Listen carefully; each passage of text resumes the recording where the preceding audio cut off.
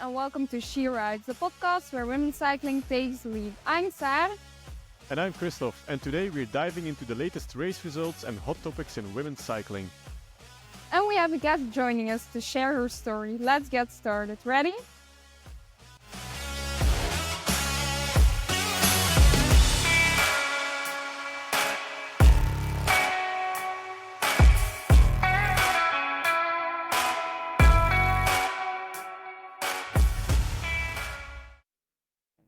Hello and welcome everyone to episode 16 of She Rides. As Christoph said in our intro, we have a new guest with us today.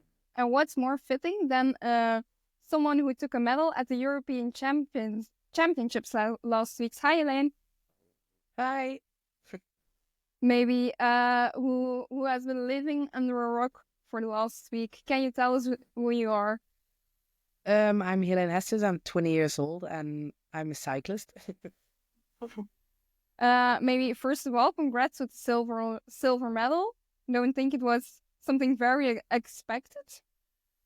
Yeah, thank you. No, I think no one really expected it, even myself. It was overwhelming. Still rewatching the videos sometimes because it's nice to rewatch it. But no, it was a huge thing, and yeah, I'm really happy.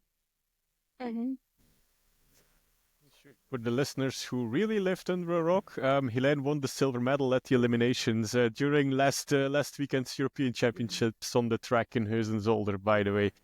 What a great achievement, Hélène. I think you surprised us all, you made us all happy, and then yourself too, I think. And you messed up our preparations for the podcast as well, by the way. Thank you for that. Sorry. Just let us know in advance next time you're planning on doing something like that, right? Yeah, never let them know your next move, eh? For sure. So let's go back first before we start with the rest of the questions to the elimination race. Describe a bit your feelings and then the whole race. What did you think? When did you actually start to believe, like, whoa, I have the legs today, and then the competition field is like, cards are playing out my way, like. Yeah, Tell us. In the beginning, it didn't go the way I planned. Like, there were like multiple crashes, like hard ones also. And I was constantly in the back, which is not good for elimination because the last rider gets eliminated. And then they actually stopped the race because there was a big hole in the track actually that needed to be fixed because it was too dangerous to ride on it. And we all went back to those start positions and they kept saying, like, you're too much in the back, you need to go in front, you have to believe in yourself because you can hold that speed and you're strong enough to stay in front. And after the restart, actually, everything went really good.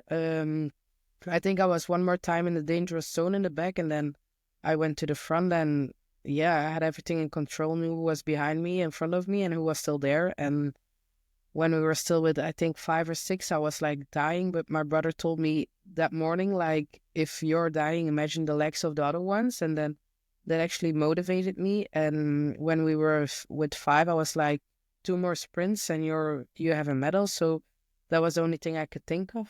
So, yeah.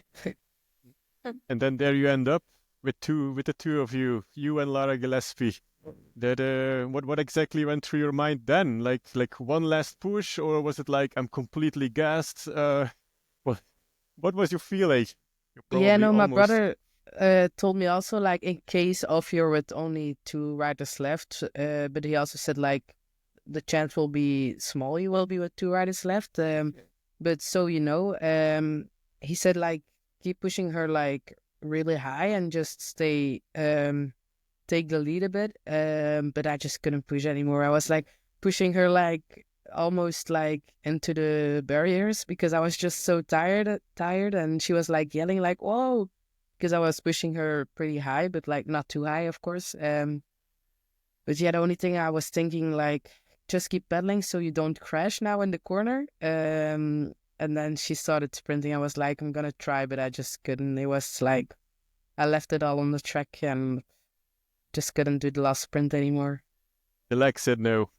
Yeah, the last corner. They shouted no. Yeah, that's it. Yeah, but anyway, congratulations with the silver medal. And Lara Gillespie, deserved winner. Is that Yeah, is that a champion that was in the making actually for a couple of track meetings, a couple of events? She's I been always, growing. yeah. Yeah.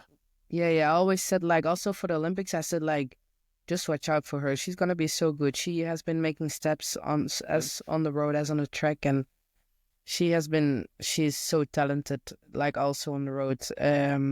So yeah, I just knew she was my biggest competitor, also with Anita Stenberg. Um, so yeah, then Stenberg was out, and then it was like also Lisa Van Belle, really strong rider, and the Swiss rider. But I knew the Swiss rider was pretty empty, and yeah, I think Lara was really the deserved winner. If I look back at the elimination, she just had everything in control. She just kept playing in the last positions with one person. She just didn't spend too much energy on something. So yeah. Mhm. She did a Stenberg actually. Staying at the back, Yeah. just a small sprint, and hop, move on to the next one. Yeah, exactly. She's well deserved, as well as the silver medal of you, Mhm. Helene. Let no one else talk you out of that idea that it was a post-Olympic year and that it's blah blah blah that they're gonna come up with. You have it in your pocket, so that's what counts. Yeah. And then Thank the you. rest of your Euros, what are your takeaways from there? Mm. Yeah, I think the medicine was quite a disappointment for Katrin and I. I was feeling really good, but we just did everything wrong what we could have done wrong. So yeah, I think it's just another big learning lesson for us. We can keep saying that we are still young. We are still young, but it's frustrating that it's not coming out in the discipline we have been training and riding together for a long time now. So Mhm. yeah, hopefully it gets better. Yeah, The for medicine sure. is a lottery and then completely tactical, so it's not easy, especially at your age. It's probably also XP points you have to gain that on the track during the medicine. I think it's a complex discipline on the track. That definitely. But overall, happy feeling. Besides the silver medal, of course. Yeah. I think the team did really great, and we have such a nice group. It's like one big family, and I just love to be on track with them because it's like one big group, and yeah, it's just lovely to be with them every time. So even though it doesn't go the way you plan the competition, you still have like those friends who are like, yeah, your second family. Yeah, that's what you see often at track cycling. It's usually one big family. You always meet each other, the same people at the events. So it creates a bond, and it's special people, track cycling people. I think Yeah. it's yeah, that's very nice. And as you won a silver medal at the age of 20, as a Belgian cyclist, Helene, if you're allowed to give to give you some advice or mentioning, just keep growing, stay positive, and probably the media is going to have big expectations on the next big event you're going to ride, and then if you fail there, you're 20 years old, so you have the right to fail anyway, or failing is maybe too bad a word, so keep just believing in yourself, right? That's no matter what they're going to write, no matter what they're going to say, just keep growing and improving. I That's will. uh, I will. that's good. Keep that promise. And then maybe we will leave the track championships behind for now. Um, and maybe we will start like Helene. I think you did not follow the usual path to cycling, right? Yeah, no, I didn't. Yeah. So I think we can say if COVID never happened, the chances are pretty big you would be still tumbling and jumping. Can you tell us maybe a bit about that, more about that, and how you rolled into cycling? Yes, so I think yeah, indeed, if COVID didn't came up, I would probably still be on the in the gym in gymnastics. But yeah, and when COVID happened, you couldn't like do the touching and everything, so that was something necessary in my sport.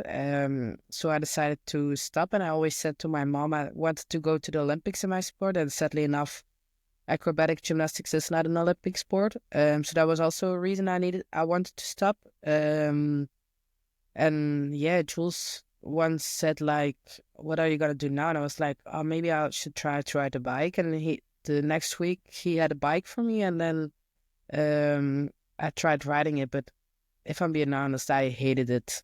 The first few months, I just hated it. It was nothing for me. I just needed to be the best in everything, and I was just not the best. I couldn't follow even like my friends from the same age, and I was like so frustrated. But then after a few months, suddenly like everything like went pretty good, and then that made me fall in love with the sport. Um, and maybe a little more specific, why did you choose for the track eventually?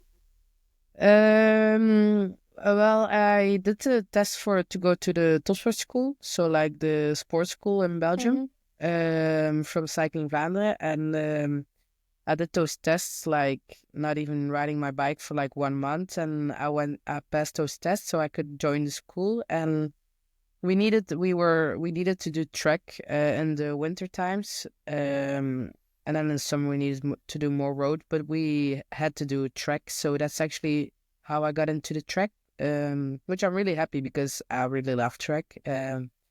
So that's how I also, yeah, started riding on the trek. And about the track, what's your favorite track event? Good question. I think at the moment now elimination, just because it's going, it's just a number I just love, and it's like with so much adrenaline, and yeah, maybe also team pursuit because it's really pretty to watch, and it's like with 4 of you, so you suffer together, so it's also like a group thing. Yeah.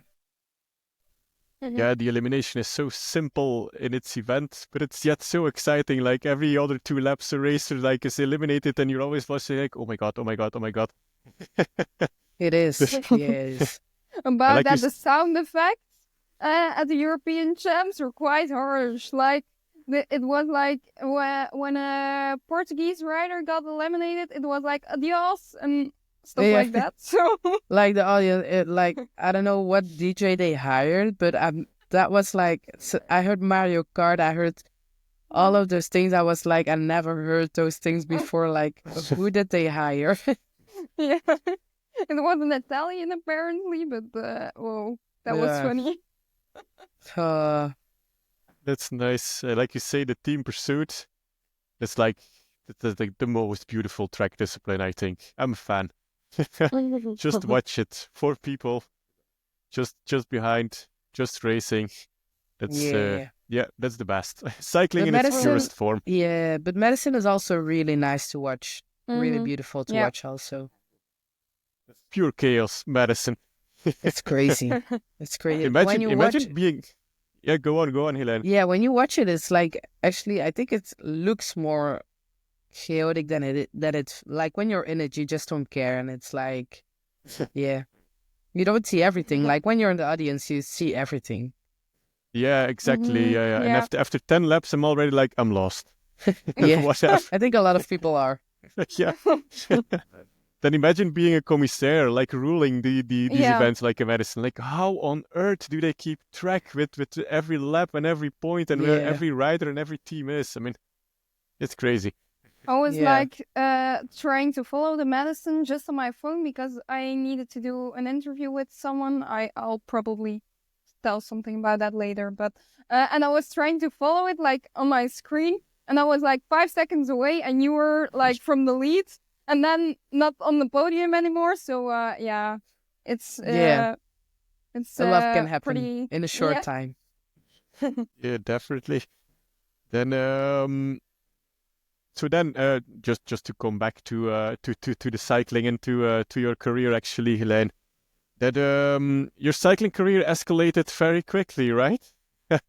You took off very quickly with some great results both on the road and the track.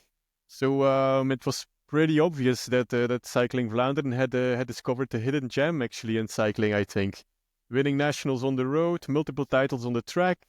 So what was it? Was it easy to handle that pressure because everything came quick, right? And then you win True. some Belgian titles. You excel on the road on a national level. So I can imagine like cycling mad country like Belgium, it can go fast, and then maybe you are like, oh my God, I'm just new to the sport. What's happening here? So how did you all cope with that? It Does it actually go did. naturally or?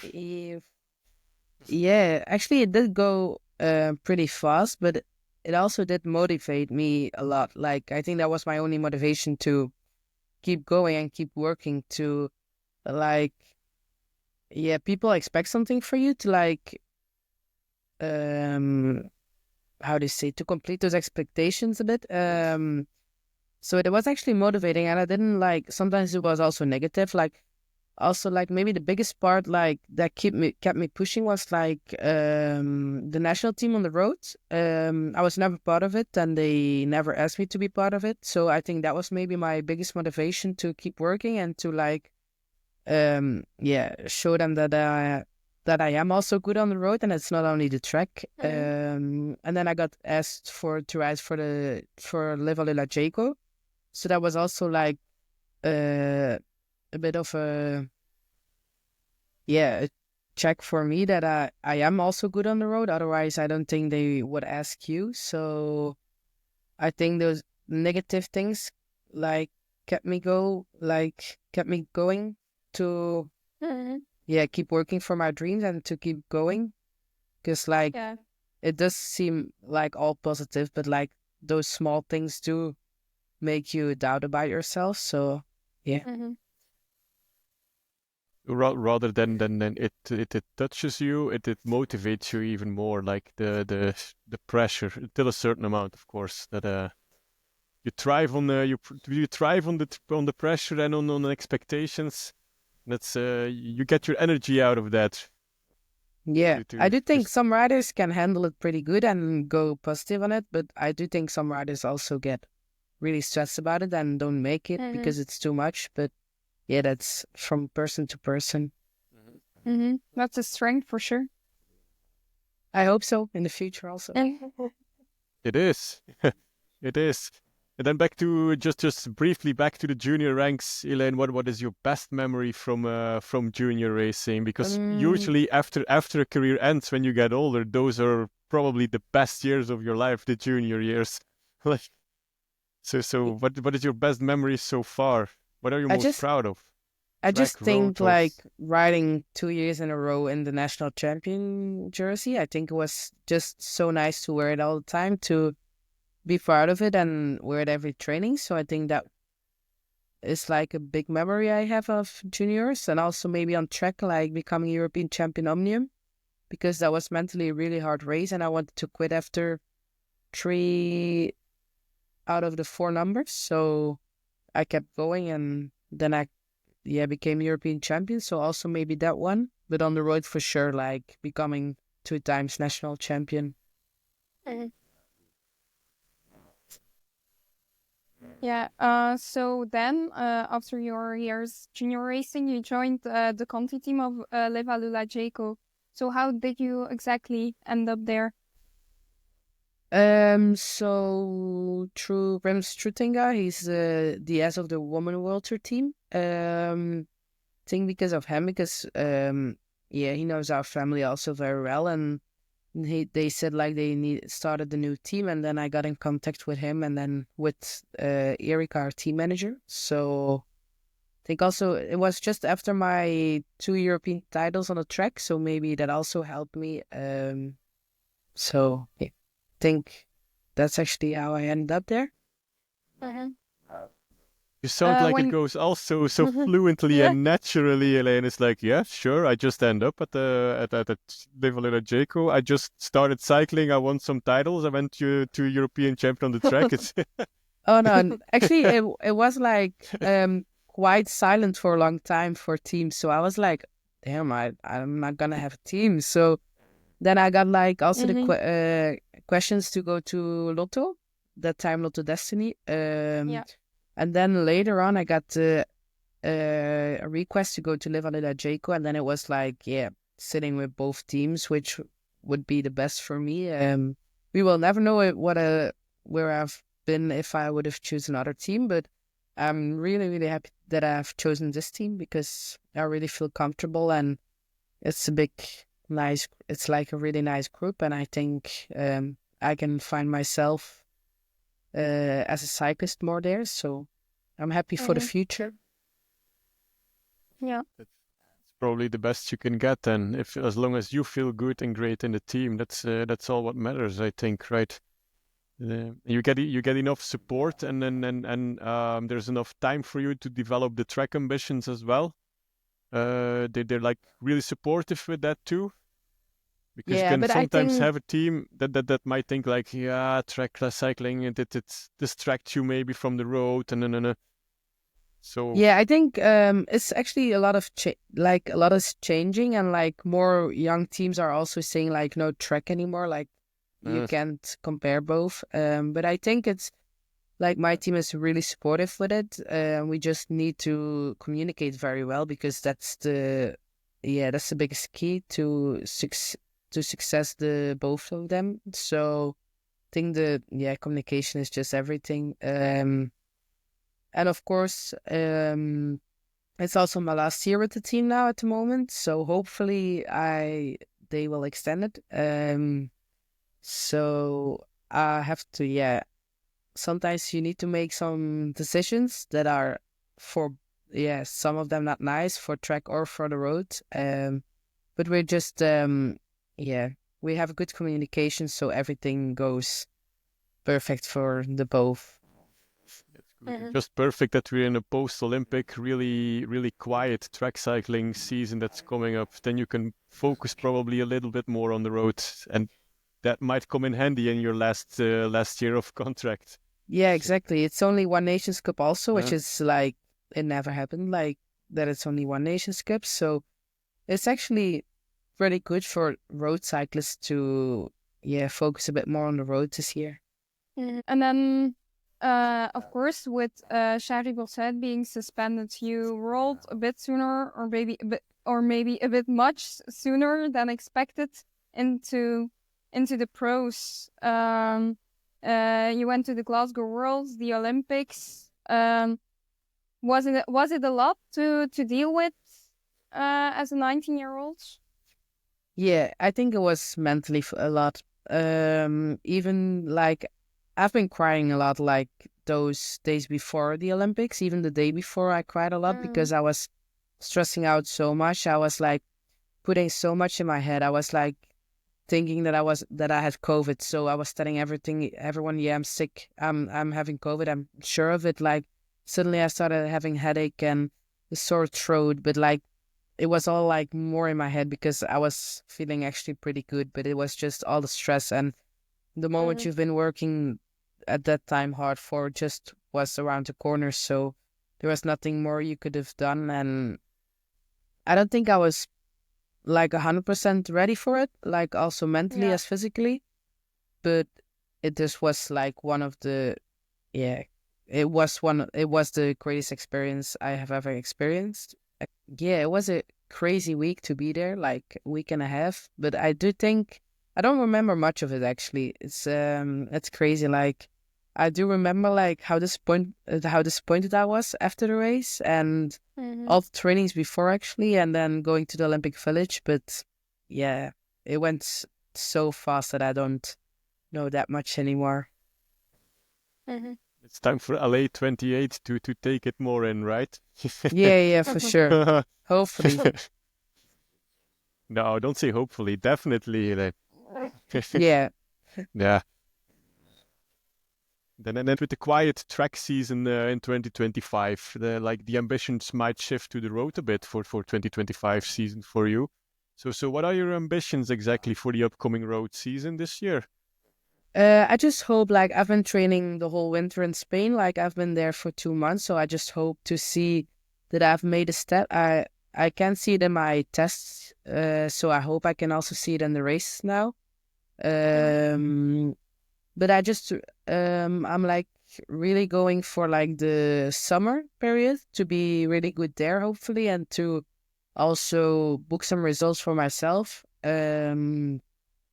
just hopefully I can help the team to win a 1-day race with the girls, or to just help them would be great, and to be in the finals with them. Yeah, nice. And then maybe again about the track. Do you have like a main goal you're working to at the moment, or with the post-Olympic year it's a bit quiet and more like focus on the future and LA? Yeah, I do think the main focus is for LA 2028. But that's not. I think it might really start from like 2026, because in 2026 you want to be in the top 8 with our team pursuit. So we can already be in those points. So it will be hopefully easier to qualify then.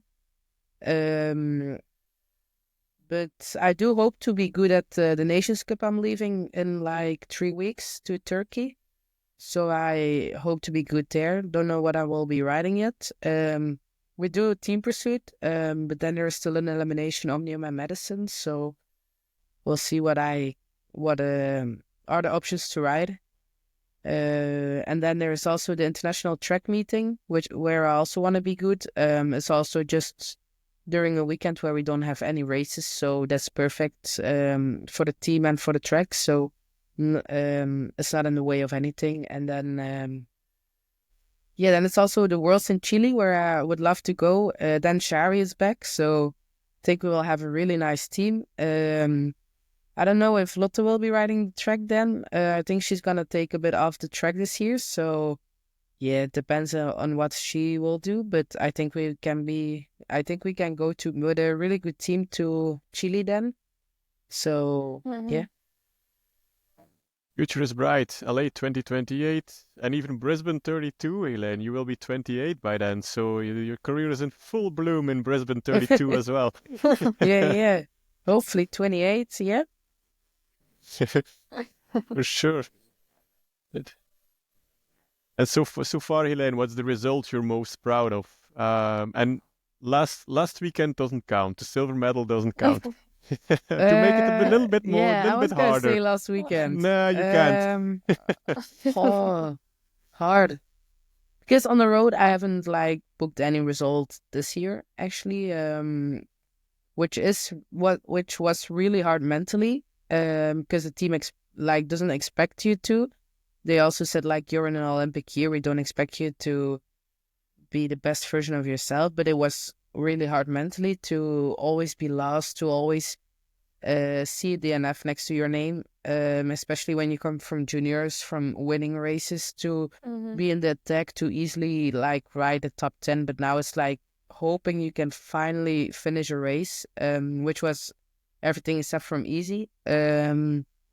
So I don't think I booked a really good result last year, which I'm proud of. So I must say maybe again the nationals as a junior, or like I think I was fourth in Gent-Wevelgem as a junior, as in a Nations Cup that time. So I think that was also a nice result for me. Don't be too hard of yourself from past season, Hélène. Look at Ali Wollaston. Even she went AWOL for most of the season as well. So of course she won some races. It's still Ali, but anyway, she was not as prominent as the year before. So I think it's just normal in an Olympic year, right? So it will come back 2025 on the road for sure. Yeah. And then we have to mention him, right? Even though it's a women's cycling podcast, that apparently you have a brother too. So for the listeners, Jules Hesters is the brother of Hélène. Actually, he does some cycling too, both on the track and on the road. Apparently from every little movie we see or little snapshot we see from you guys on the races, on the track, before and after the races, it really seems the bond between you two seems very strong, right? Brother and sister Hesters. I do also have another brother, the middle one, Cesar, because a lot of people forget him. Like, also he's It was Poor so middle sad child. because, yeah, but also like on the Olympic side, you have like family, and it was like mom, Anya, dad, Tom, and brothers, Jules. But they didn't even mention him. So it was like we only had a Oh, family of 4, and he was like really disappointed of that. So now every time we have like an interview or something, we always mention we also have like a middle brother, okay? Please remember him because oh, it's so sad for him because I also have a really good connection with him, but like indeed with Jules. When we were young, like the age gap was like hard because it's like 6 years, it's like a lot, and it's like the 2 boys against like the little sister. Um, but now when I started cycling, our bond got really, really strong. We've been in Spain together for like 1.5 months, and it's like we share the same passion, which also makes our connection really good between us. And I'm also really grateful for all the help and like all the trust he puts in me. So yeah, I think like the medal I have, I think it's like I think I need to share it with him because like it's because of him. Like I think really 60% that I have that medal. But he has a bronze also, so it's like I don't need to share it because he has one for himself. But you know what I mean, like Yeah, yeah. so and then Um, how exactly did he pull you through then to win that silver medal? Like mentally, or was he shouting to you, or yeah. Because I had in the encouraging morning I you? had a Sorry, shouting sounds maybe like something like terrible. yeah, he was actually really shouting. But like in the morning I had team pursuit. So I was already yeah. tired and I was like, Jules, I already feel tired. Like, how do I have to handle this tonight? I went to his room. It was like I think 3:30, and I needed to leave to the track pretty late also. But like you have to keep yourself awake because it's like a really long day, and it only you have to put your energy like at the evening. And I already had like my team pursuit like at 1. So it's like a long day. You have to keep your body awake. And I was like, I'm so tired. What do I have to do? And he said, like, you just know what you have to do. He like summed me up the rules, like how to survive the elimination. And he was like, just have to do it. And just remember, when you are with 5, everyone their legs really hurt. So, and then I was like, there was a restart, and I was looking for him in the audience, but I couldn't find him. So I was like, I want to. I was like, where are you? And he was like, I was like, I didn't see him anywhere. He was just standing on the front in the front row, but I didn't saw it. So yeah, he was screaming and screaming, and I just could hear like so much. The audience was crazy, which I'm really grateful for. But I just could hear his voice also, and yeah, I think just his words got into my head, and that was the only thing I could think of when we were like during the whole elimination actually. Mhm. And is the battle on now between the Hester siblings? Because he's in your shadow right now, right? With only the bronze medal. Yeah, it's been like my whole cycling career. It's not like I've been cycling a long time, but like in this Mhm. short career, it's always like the sister of. But I hope one day they will say to him, "Oh, you're the brother of." So hopefully one day they will mention it like that. But at the moment, I really don't mind being called a sister of because it's like a really big compliment for me. Mhm. We'll announce Jules as your brother. Yeah. And Caesar too, Thanks. by the way. Yeah, and Caesar. Now we know. Just please tell him we mention him too. Yeah, I will. That's nice. Um, so we already talked about how do you handle the pressure and the external pressure, but how was it the last couple of days? Maybe I think you felt like a real switch in kind of media and just Belgian people. Now that you have won that silver medal, how did those days go for you?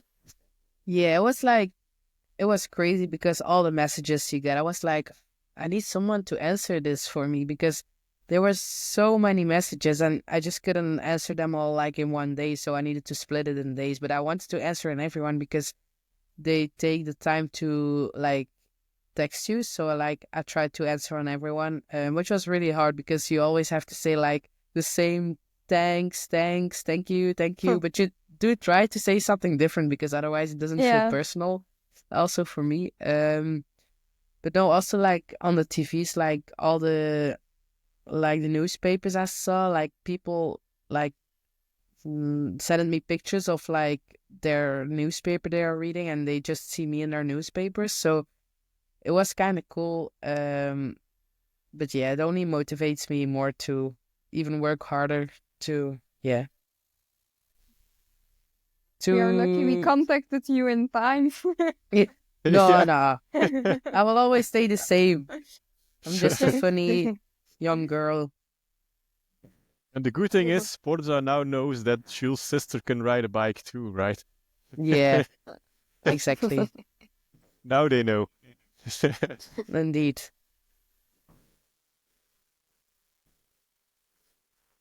You seem pretty chill and pretty relaxed, but we heard like the Olympics were really stressing you out. Are you normally nervous before a big race or event? Yes and no. I think I was like nervous for the elimination the day before, but the moment I needed to be there, I didn't have stress. I just was so motivated and I was so excited to start that I didn't feel like the stress. So it was it was excitement to start. On the road I do have stress, like just when you stand there, but also I was a lot of times scared at the start because I didn't want to drop again like so fast. So I think I was more scared than stressed last season. So hopefully this season it's more stressed to I'm ready for it than scared. So no, most of the times I'm pretty chill, I would say. Yeah. Yeah, and when you are stressed, how do you try to handle it, or do you do something specific, or do you just like sit it out a bit? I was really stressed for the second team pursuit, I need to admit, because the first one didn't go as planned in my position. So I just kept my AirPods in to start. I was like sitting there like with my AirPods and noise cancelling on, so didn't hear anything, just in my own zone. And then I started to work on my breathing, so that also really helps to just focus on my breathing. And I think that's what I do on track when I have time, because on the road you don't have the time to just stand on the side and start breathing. So Okay. Maybe now we will just catch up with the latest new in cycling. Since we're talking about track cycling already the whole time, maybe it's nice to start with the track heroes. Sure, let's finish what we started. I don't think we have to come back on the elimination race. No. That's pretty clear what happened. The lady of the track, possibly of the 5 days European Championships, this is probably Martina Fidanza. She was she was strong. She won the scratch before Wiebes, which me personally, I like it. But that's completely personal opinion. No, but what a sprint she did, actually. Just to mention what a sprint she did. It was not something like Wiebes gave up or Wiebes was tired. It was like mano a mano, as you would say, and then she was strong, Fidanza. Yeah, but you can't tell me no one thinks when someone beats Wiebes in the sprint, no one thinks like, oh, this is nice. Like personally, if I see someone beat Wiebes, this is cool. Like it's just I like it when you just get the feeling, oh, you're not unbeatable. So Exactly. And it being Fidanza was kind of nice. She's a nice then you see Marta Fidanza smile, and that's just why you watch the track cycling, right? Oh, and my smile. Yeah, yours, of course. Yeah, definitely. You got enough credits already, Hélène. Okay, so sorry. Fidanza, your smile. Because of you, we watch it. No. No. And then the team pursuit, Fidanza again with the three other Italians, of course. They they had a really exciting team pursuit final against Germany. It was so close, within 2 or 3 tenths of a second, I think, the whole 4K, which was pretty nice. What was, and maybe you can tell us from first hand on, Hélène, the team pursuit now being improved from 3 to 4Ks. It's the individual pursuit that changed for women. The individual Mhm. pursuit is from 3 to 4K. Okay. But that Yeah. also happens, like some girls like accelerate till the end, like the last 1K. So it does prove like, of course, women can also do it. It is hard though, 16 laps. Damn. Yeah, it was indeed remarkable. I was there during the qualifications for the individual pursuit. Like the ones who got to the finals, it was clear like they all did a decent last lap. But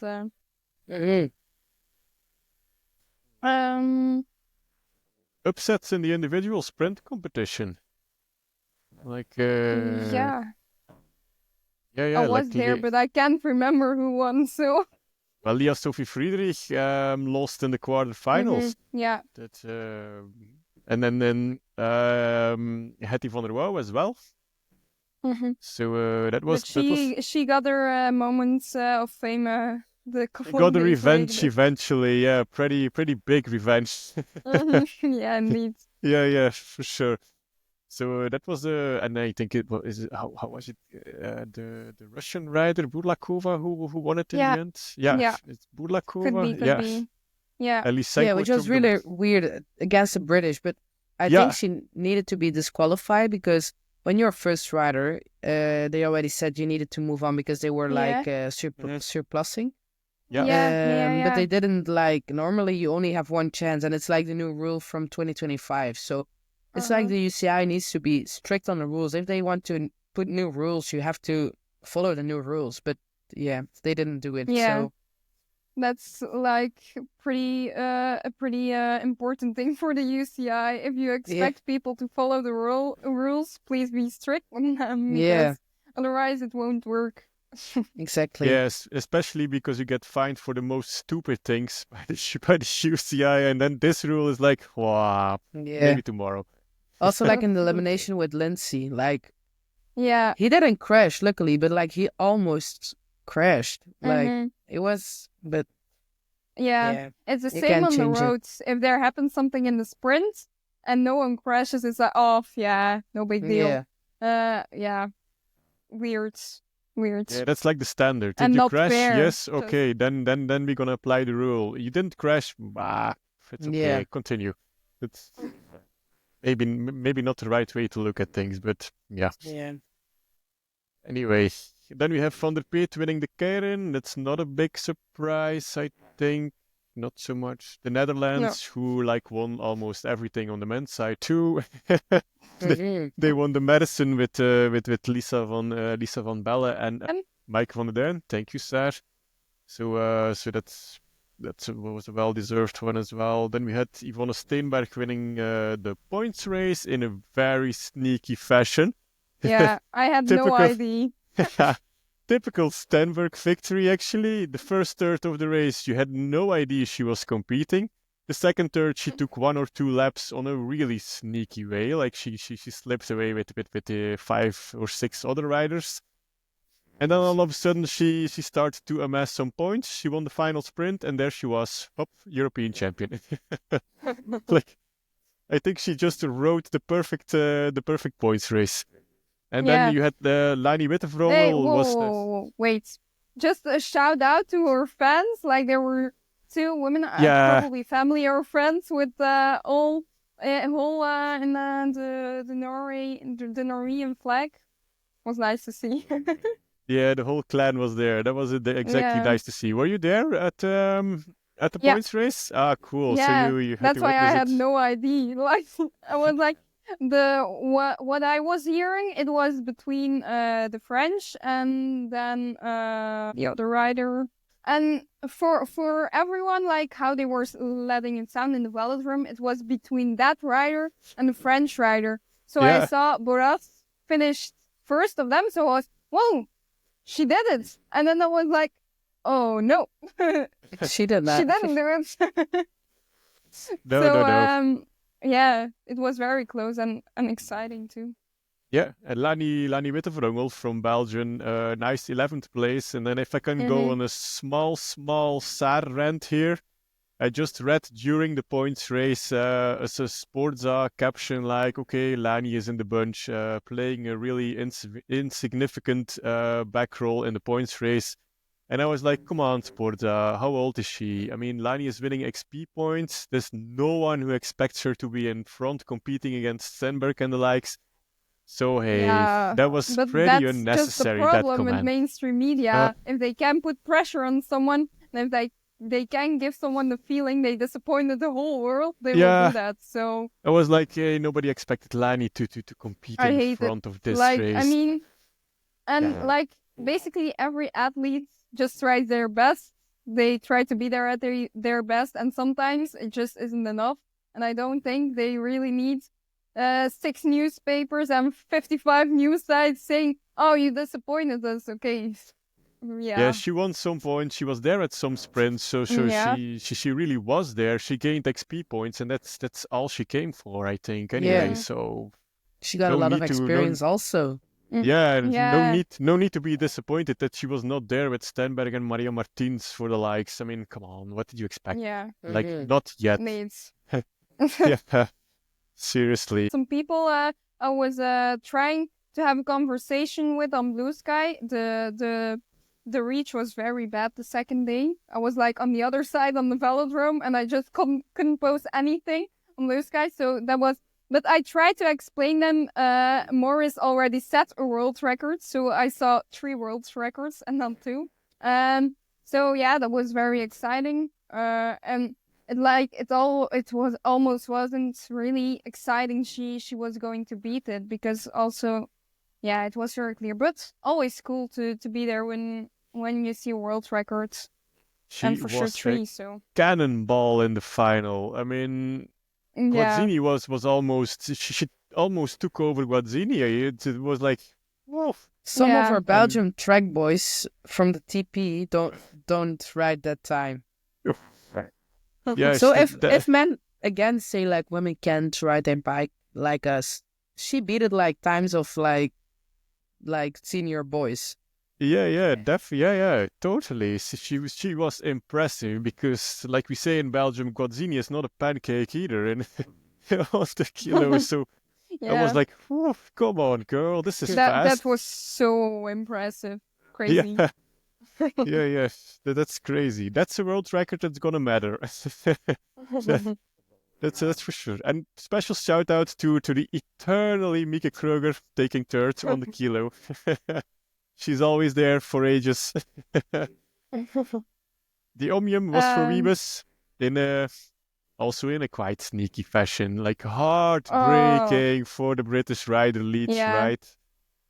it was horrible, and I was between the Dutchies, and I was like, "Come on, no, you can't be serious!" And everyone around me was like cheering, and I thought, oh, yeah, so sad. Yeah, That's the like most it was almost like she was almost already announced as the winner, and then she crashes. Yeah, the most yeah, horrible way to lose the Omnium, I think, for Leach there. Yeah. yeah, Because the only thing she had to do was keep the wheel of Rebus or even lose, but take 1 point and then she got it, and then she crashed with 2 laps to go. yeah, Ah, horrible. heartbreaking, Yeah, heartbreaking. Then we have the kilo for Hetty van der Wouw. As we speak of cannonballs, Hetty was a cannonball as well in kilo. Says, that was nice before Fidanza, and I already thought Fidanza was putting a really sharp time on the kilo.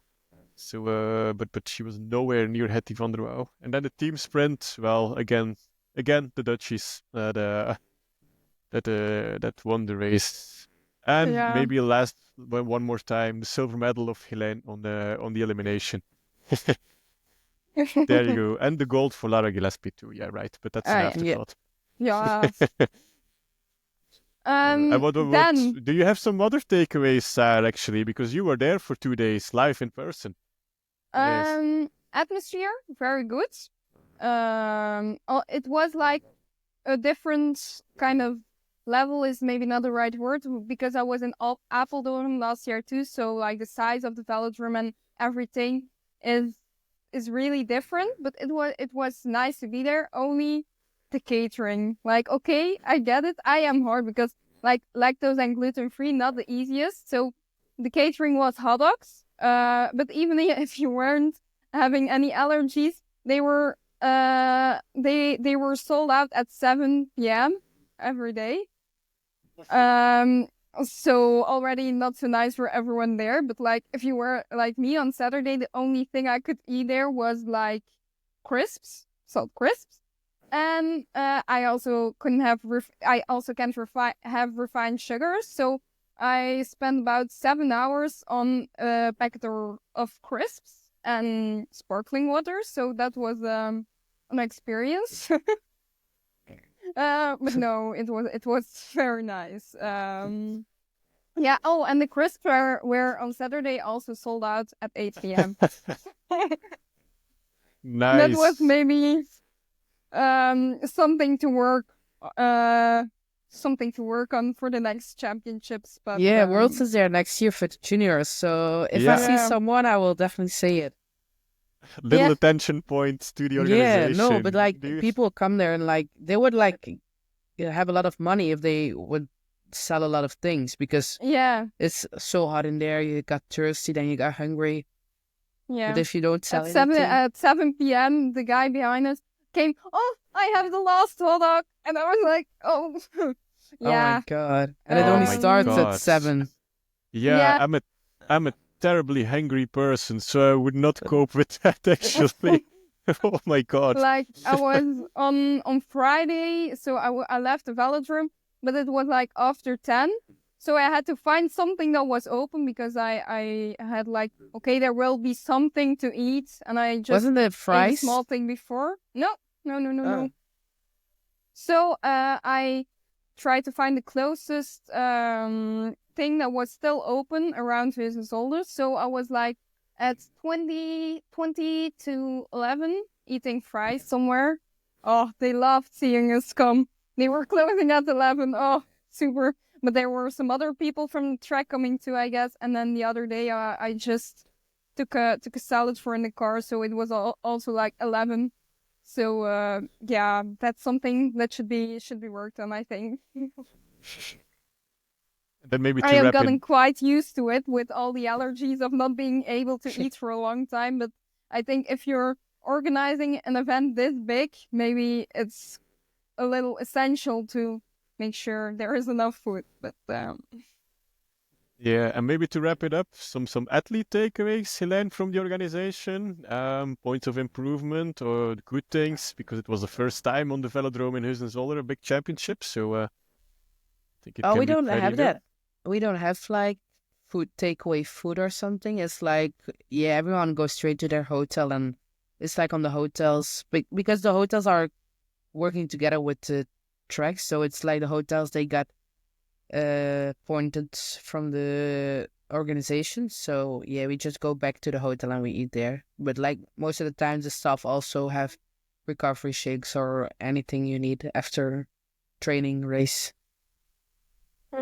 Nice. And as an athlete for the whole 5 days, score from 0 to 10, how much do you give Huizen-Zolder the Eurocycling Championships as an organization?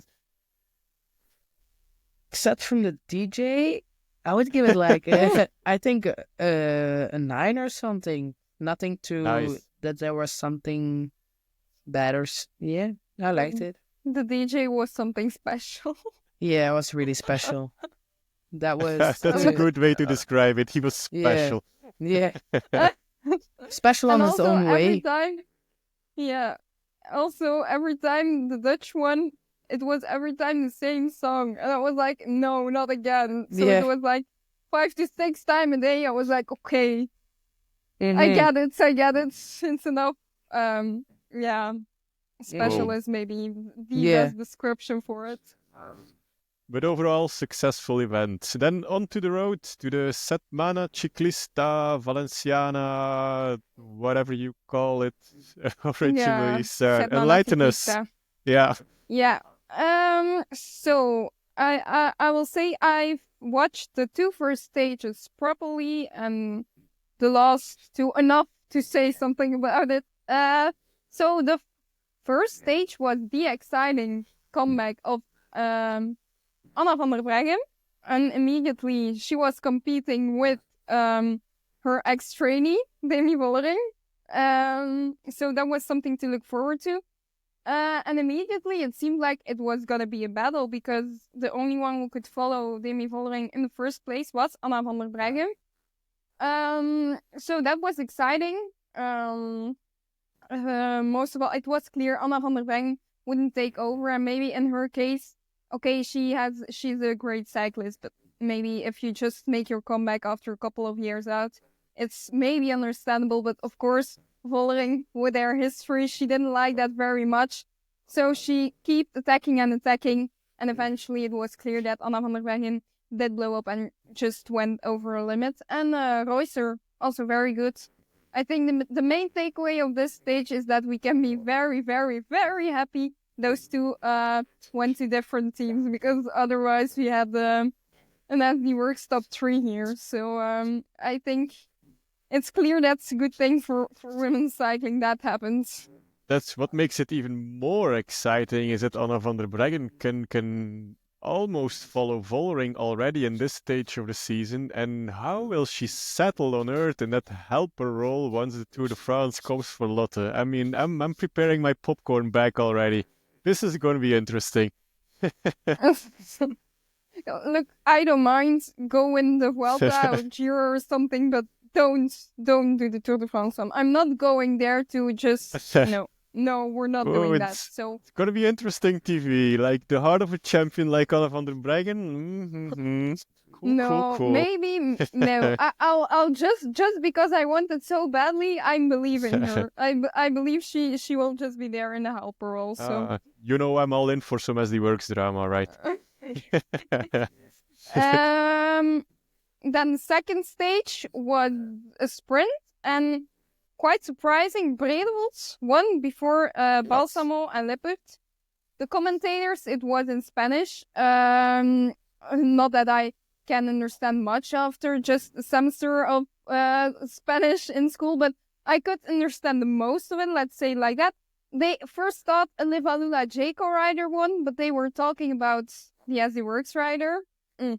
Painful. And then, okay, it was maybe a little bit confusing. Misha Bredewold didn't have her European bands on it, but they just didn't know who it was. So they were like sitting there, no kidding, 15 minutes. Oh, who would it be? Who would it be?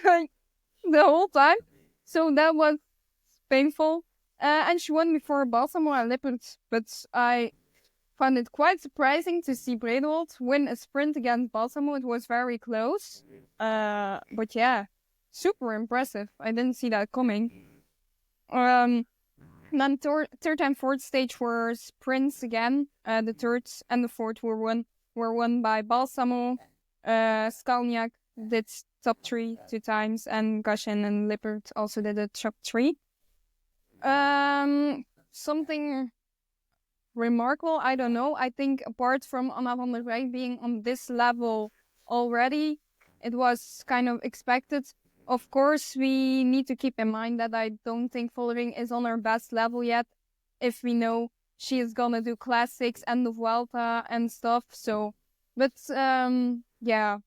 we will see how that unfolds further. I think something that was remarkable, Alerud in the beginning of the season stays very consistent. With a 9th place in the GC, and something I found maybe remarkable, Femke de Vries from Visma Lease Bike ended on the 7th spot in GC. So, but I think that was the main thing. Yeah, let's put Setmana Ciclista Valenciana into its perspective as well, right? It's a February race under the sun. It's like training camp on steroids for a couple of days. I mean, I did forget something. I'm sorry. I even wrote it down with in big letters. But Niki Dox rode her first race, so that should be mentioned. She mostly worked for the team, and I think she was a little stressed to start her season with these big names in a race, because she already told us in our episode that her first races of the season aren't always her best experiences. So I think she did quite a good job. I think she was in the front around kilometer 60, 50 every stage. So nice to see Mika starting her season there. But I think I now did tell everything about that. Only thing we maybe haven't mentioned is Chantal van den Broek-Blaak officially retires from cycling after she's pregnant with her second child. So I don't think I've mentioned that in the episode before. So congrats. Sure. Congrats to Chantal. On your career and on the baby that's on the way. Both. And then maybe cyclocross too? Okay, one more time then, sir. But then we have enough. No. We have to talk about it last week, and then I'll promise I'll stop. Not that there will be anything to talk about left, but in terms of cyclocross, we saw Inge van der Heijden won on Saturday. Yeah. Nice to see her win. I don't know. I always liked it when I saw Inge van der Heijden do ride good races. I have no idea why, just because. And the day after, it was a win for Sara Casasola. So, great weekend for Pre-Lanko Rendon. We also sadly did see Inge van der Heijden crash, I think. So she abandoned the race on Sunday, which is sad, of course. And of course, it was the second last race for Sanne Cant. Still can't really wrap my head around it. It's like, yeah, she did so much for cyclocross, women's cyclocross. Like, she brought it from the times they were racing for the juniors at 10 a.m. when they were still setting up the parkour to this point. So, yeah, it's yeah, hard. And maybe, like, it's also just so beautiful to see this season. Like, people at the cyclocross scene really seem to get now that, whoa, she is a big champion. Like, it's the first year, so like I think like it's beautiful to end your career in this way, but it's also like sometimes I think, oh, it's so sad it only just comes now. You have to quit from it to people to start realizing, whoa, this is something special. So like a famous artist, Sar.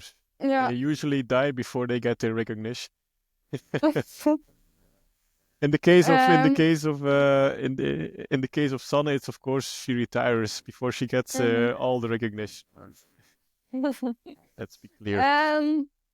But of course, there's one more race left, Osmalla. I never went to it before, but of course, Sanne Cant retiring, that's not something I could miss. So I am going now. I have no idea who's riding actually, but we are predicting. So of course, maybe I'll do a little build up to make it more exciting. On Tally, I went with Larissa Hartog. She, just I don't know why. I think. And on 5 with Julie Brouwers, she's also riding a pretty good end of the season.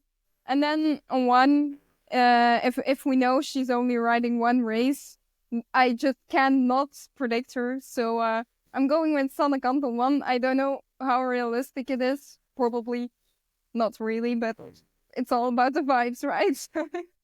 Definitely.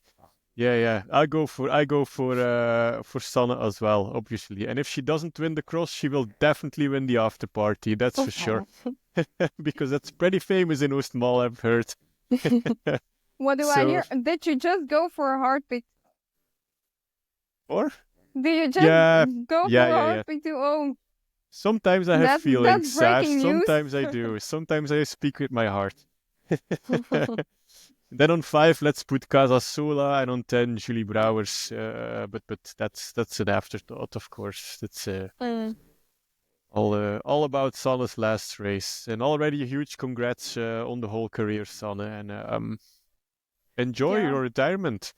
Seems Seems pretty crazy for a 30-year-old. We will say this last week. I just can't believe it yet.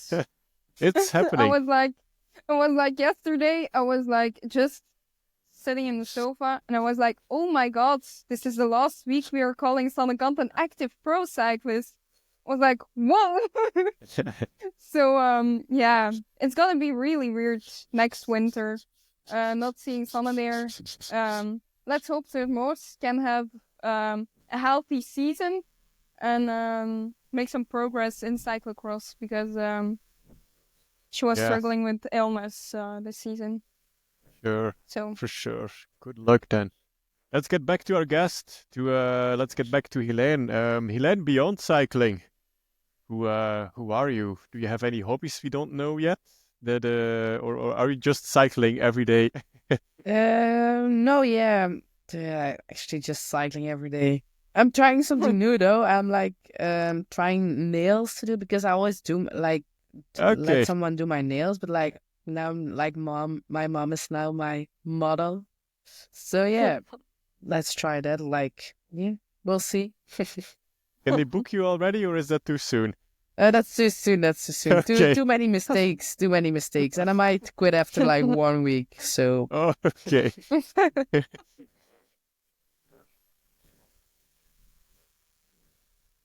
And then maybe what's the best thing cycling has brought into your life?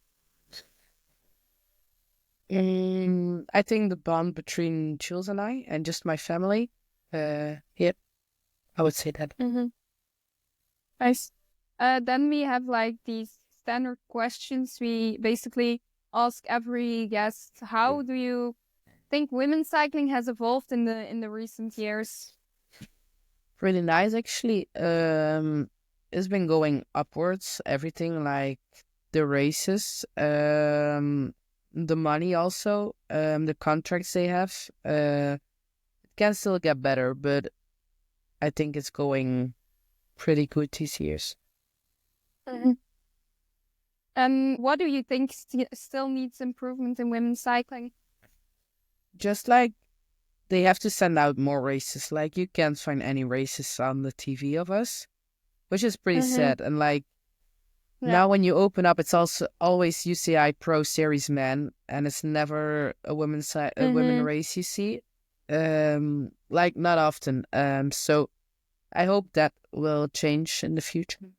Yeah, indeed. Like in Belgium, it's HBO Max, and like it's not the cheapest things to do. But luckily, we're not in the UK because it's like €30 for one month to just watch cycling. And let's be honest, if also in Belgium you want to watch women's cycling, you just can't not buy that because all the time, like you can have the UAE Tour for women, which is World Tour on there, but they will still choose a 1.1 or 1.2 races for the men. So that's indeed sad. And also, maybe that was something else I was thinking about last week when I did this interview. It was about Milana Sanremo for women coming this week, coming this season. Was that Trofeo Binda, like the biggest or the race with the biggest history in women's cycling, is still a race that has been put in the shadow of the other races. Well, actually, if there would be monuments in the women's cycling scene, that should be one, and probably it will be around Tirreno and Paris-Nice. We will have to watch it again on laptop or something, and it will be nowhere on TV. So that kind of stuff should also be done better, because why do we get to see, no disrespect for Milano Sanremo, but why do we get to see 300 kilometers of Milano Sanremo and not 1 kilometer just on TV of Trofeo Binda? So classic Italian style when they cover the women's races. You see 20 kilometers with 5 pre and post-race interviews, and then you had 5 minutes of live coverage. Classic Italian. Oh, Jesus. So we support your point there, Hélène. Very good point. And then maybe a completely different question. If there's one race we should predict you winning in the future, which one would it be and why? It can be super realistic or a dream. It doesn't matter. Yeah, Paris-Roubaix, I would say. I would love to win it just because it also ends on a track and it like just maybe because of that, but also because it's like the cobbles would suit me and yeah. Yeah, it's heroic and like the circle would be round. I think if you're as a track Literally. cyclist, can then win a monument on the track. Yeah. So Yeah. nice. Hopefully. we are hoping with you. Thank you. And then what can we wish you for 2025? Just a healthy year, I think, with hopefully not any bad luck. And maybe some races where I can, do something or will be good. So, yeah. Show yourself a bit in the next season. Hopefully. Any final thoughts or special thanks? Definitely to Cesar. We thank him for his support as well. I mean, come on, put him in the spotlight. Besides that, any special thanks or shout outs for some people, Hélène, that you just want to give? No, not really. Just my family, but that's such a basic answer. So, yeah. It's an important answer. It's as good as any other answer. Yeah, definitely. For sure. That's nice. Thank you very much, Hélène, for your appearance on the podcast. Yeah. And keep growing, keep going, keep just being you, keep improving. Go for it. Thank you. Yeah, thanks for inviting me. Thank you. So, that's a wrap for episode 16 of She Rides. Thanks for joining us. I hope you enjoyed the ride. Absolutely. And women's cycling is packed with action, and we're here to bring you every twist and turn. Be sure to subscribe on Spotify, Amazon Music, or YouTube so you don't miss upcoming episodes. And if you like today's show, a rating, like, or comment really helps us reach more listeners. Follow us on Blue Sky and Instagram for behind-the-scenes updates, our hashtag Guess the Guest game, and more. Thanks to Hélène for joining us today, and don't hesitate to share your questions or topics you'd like us to cover. Stay tuned for more exciting guests and join our prediction competition. Tag She Rides podcast on Blue Sky to show off your knowledge. And don't forget, She Rides is powered by Cariam Endurance Co. Thanks for listening to She Rides, the podcast where women's cycling takes the lead. Keep watching the fun, and we'll catch you in the next one. Bye-bye. Bye.